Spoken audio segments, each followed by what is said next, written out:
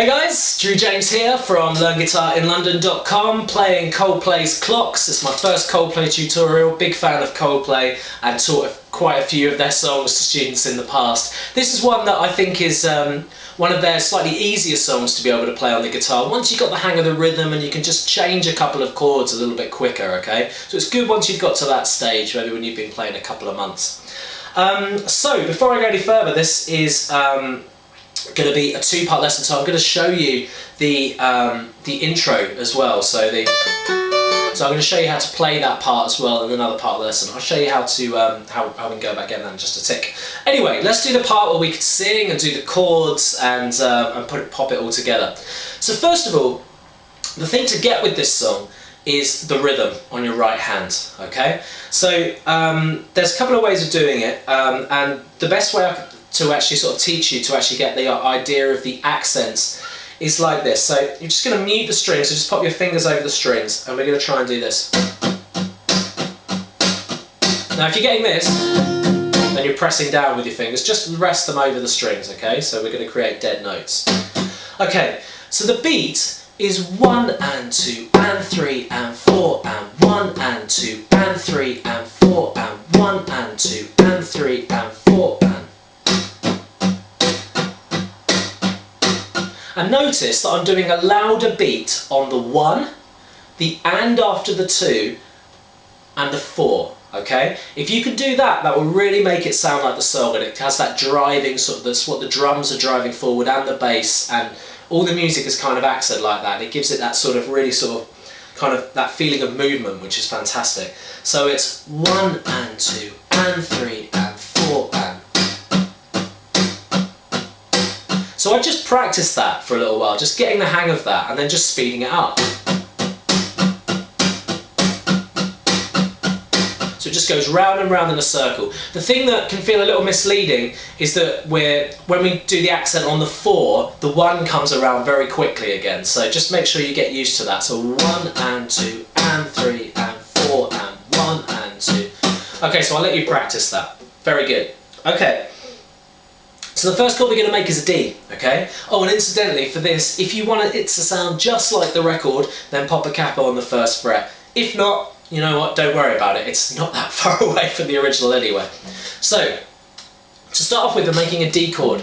So first finger on the G string on the 2nd fret, middle finger on the E string on the 2nd fret, and third finger on the B string on the 3rd fret there, okay? Sorry, excuse me. Okay, so from the D, we're going to be strumming the bottom 4 strings, okay? Now, if you've got any that sort of noise, like muting, then make sure that your fingers are on their tips, your thumb is around the back of the guitar, and you're not pressing down the markers. You're pressing down in the middle of the frets, okay? Just some really good overall advice if you're a beginner there. Okay, now let's try and put that rhythm together. So we're going to go 1 and 2 and 3 and 4 and, making sure that we're strumming the bottom 4 strings for D, okay?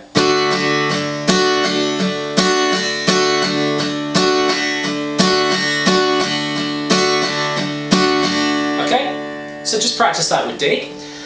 So we're doing D for just once. 1 and 2 and 3 and 4 and then we're changing chords. So we're changing chord to an A minor. So from the D, here's your D, we're going to lift up everything, move our first finger to the 1st fret on the B string, our 2nd finger on the D string on the 2nd fret, and 3rd finger tucks underneath on the G string on the 3rd fret. If you don't know what the strings are, by the way, think of this rhyme: Eddie A, dynamite, goodbye, Eddie, E, A, D, G, B, E, okay? That will teach you the names of the strings, very useful, rather than counting in extra numbers. I know some people say, oh, it's string 6, or, you know, I prefer to think of it as letters, because we've got numbers on the frets and letters on the strings. I just think it helps the differentiation.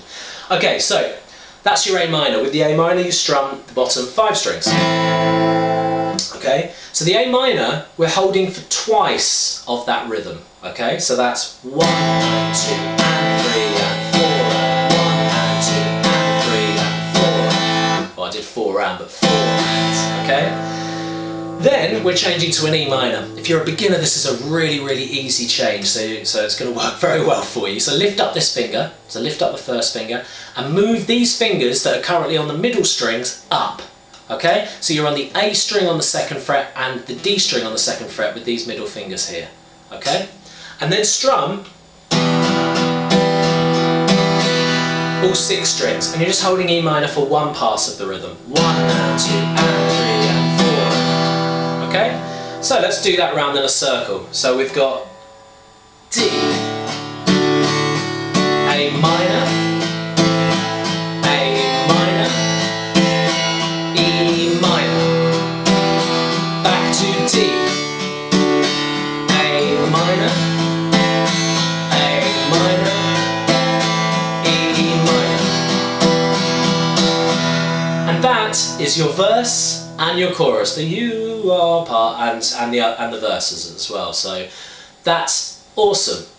Cool. So that is more or less the whole song. All right.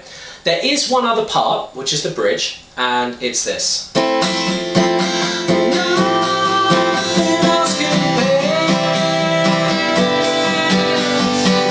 Once again, doing the same rhythm, okay? We've just got a couple of new chords there. Actually, we've got 3 new chords. So the first new chord is an F major 7, so you put your first finger down on the 1st fret on the B string like we do with A minor, 2nd finger on the 2nd fret on the G string, and 3rd finger on the D string on the 3rd fret. So you're stretching over 3 frets like that, okay? You strum the bottom 4 strings for that one. And we're doing that for 2, like we do with A minor. So 1 and 2 and 3 and 4 again. Then we're changing to a C chord. Very easy change from here. Leave this finger where it is, don't move it. Take these fingers 2nd and 3rd and move them up to the D string and the A string on the 3rd fret. Okay, so it's a very easy change. Doing C once and then changing to a G. Now, for those of you who have maybe learned before and you're doing a G like this, I strongly recommend you try my G. It's going to make you a better guitarist. Simple as that, okay? It's going to strengthen your little finger. It'll feel weird at first, but it's easier to change back to certain chords that crop up after G. So, move these fingers up from the C, okay? So we're going to go up, so we're on the A string on the 2nd fret, and 3rd fret on the E string. And then little finger, now this is the thing that's going to feel weird, on the 3rd fret on the E string, the thinnest E string, okay? That's your G. It's much easier to go from C to G like that rather than doing that, okay? So it takes less time, which means that you can keep strumming and you're not having to think about moving your fingers so much. So that's your G chord. And then we need to change back to F major 7. Very easy change from this way of doing G. We just move these fingers down back to there. So it's F major 7 twice, C, G. Look how much movement there is, nothing, okay? If there's not much movement, then that means that you're not having to think so much about moving your fingers around, you can keep your rhythm going, okay? Good. And then we do that for 3 times round. So we go F major 7 twice, C, G. We do that 3 times. And then at the end of that, we go to an F chord. 4 times.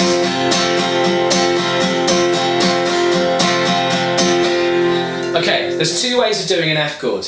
You can put your first finger over the whole fret and make a bar chord over all 6 strings, and then put your 2nd finger on the G string on the 2nd fret, 3rd and 4th finger on the 3rd fret on the A and D string. That's one way of doing the F. You need to press down really hard. That is a bar chord. That's one of the more challenging bar chords if you're a beginner.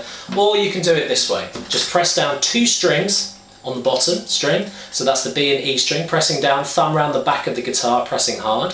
Then use your middle finger on the 2nd fret on the G string, and 3rd finger, a little bit like your F major 7, but you're just pressing down these strings here. 3rd finger on the D string on the 3rd fret. Okay, and we're holding that for 4. Then we're back to into the ending there. So that's your bridge as well. Okay, so that's put everything together. That's all the chords in the song. Now, if you want to learn the way that Chris Martin plays the piano at the beginning, I've put together a special lesson especially for that, okay?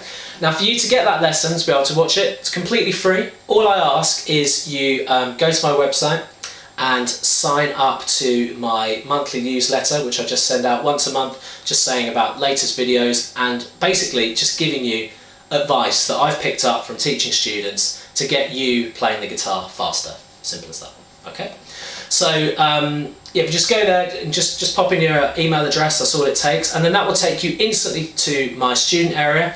Loads of videos you don't get on YouTube, loads of tablature which you can download, which is awesome, and it's just a good resource. You know, it's got plenty of visitors. People go there and they're learning guitar from the videos and from the resources there, and it's totally free. So if you go there, you will see a link saying Clocks Part 2, and that will teach you how to do that the piano part on the guitar that Chris Martin does at the beginning of the song, that sort of iconic ding ding ding ding ding ding riff. Okay. Thank you very much for watching. If you like what I do, then subscribe to my channel, and have a really cool day. Take care. Bye.